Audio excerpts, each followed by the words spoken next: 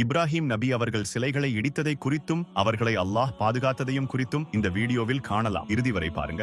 இப்ராஹிம் நபி ஒரு பூசாரி குடும்பத்தில் பிறந்தவர் ஆவார். அவரது தந்தையின் பெயர் ஆசார் என குர்ஆன் கூறுகின்றது. அவர் சிலைகளுக்கு வழிபாடு செய்பவராகவும் சிலைகளை செய்து வியாபாரம் செய்பவராகவும் இருந்தார். இப்ராஹிம் நபிக்கு இளம் பருவம் தொட்டே சிலை வணக்கத்தில் நம்பிக்கையும் இருக்கவில்லை, நாட்டமும் இருக்கவில்லை. நாமே சிலையை செய்துவிட்டு அதை நாமே தெய்வம் என்று எப்படி நம்ப முடியும்? இந்த சிலைகள் பேசாது, பேசுவதை கேட்காது, கேட்டதை தராது.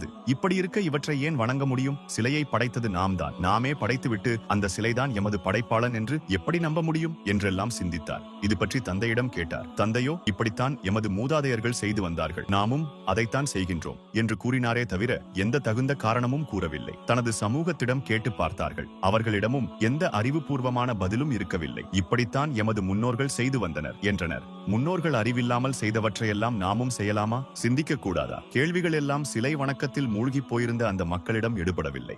ஒரு நாள் இந்த மக்களின் மனநிலையில் மாற்றத்தை உருவாக்க இப்ராஹிம் நபி திட்டமிட்டார். ஒரு நாள் இரவு நட்சத்திரங்களை பார்த்தார். மண்ணால் செய்யப்பட்ட சிலைகளை விட இந்த நட்சத்திரங்கள் சிறந்தவைதானே, இது எனது கடவுளாக இருக்குமோ என்றார்.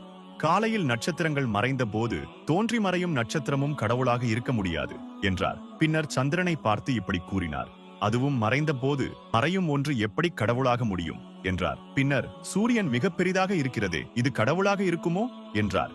சூரியனும் மறைந்த போது இந்த நட்சத்திரங்கள், சந்திரன், சூரியன் அனைத்தும் யாரோ ஒருவனின் கட்டளைப்படியே இயங்குகின்றன. எனவே இவைகள் கடவுள்களாக முடியாது. யார் இவற்றையெல்லாம் படைத்து இயக்கிக் கொண்டிருக்கின்றானோ அவன்தான் கடவுள். அவனுக்கு எதையும் இணை வைக்கக்கூடாது என்று முழங்கினார். இதுவும் அந்த மக்களிடம் எந்த மாற்றத்தையும் ஏற்படுத்தவில்லை. எனவே ஒரு அதிரடி நடவடிக்கைக்கு திட்டமிட்டார். ஒரு நாள் அந்த ஊர் மக்கள் ஒரு திருநாளுக்கு சென்றிருந்தனர். இவர் கோயிலுக்கு வந்தார். சிலைகள் முன்னால் பால் பழங்கள் வைக்கப்பட்டிருந்தன. ஆத்திரம் கொண்ட இப்ராஹிம் நபி, நீங்கள் உண்ண மாட்டீர்களா? பேச மாட்டீர்களா? பேசுவதை கேட்க மாட்டீர்களா? அப்படியாயின் நீங்கள் எப்படி கடவுளாக முடியும் என கர்ஜித்தார். பின்னர் அந்த சிலைகளை உடைக்க ஆரம்பித்தார். பெரிய சிலையை விட்டுவிட்டு மற்ற அனைத்து சிலைகளையும் தகர்த்து தவிடுபொடியாக்கினார். திருவிழா சென்ற மக்கள் கோயிலுக்கு வந்தனர். தமது சிலைகள் தைக்கப்பட்டிருப்பதைக் கண்டு கதி கலங்கினர். ஊருக்கு ஆபத்து வரும் என பயந்தனர்.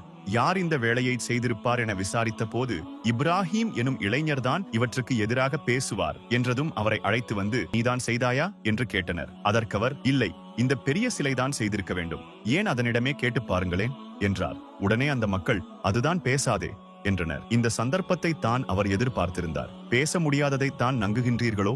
இந்த சிலைகள் உங்களுக்கு நன்மை செய்தால் நன்றிக்காவது வணங்கலாம். இவை நன்மை செய்யாது, தீங்கு செய்யும் என்றால் பயத்திற்காவது வணங்கலாம். இவற்றால் நன்மையும் செய்ய முடியாது, தீமையும் செய்ய முடியாது எனும் போது எதற்காக வணங்குகின்றீர்கள் என்று கேட்டார்.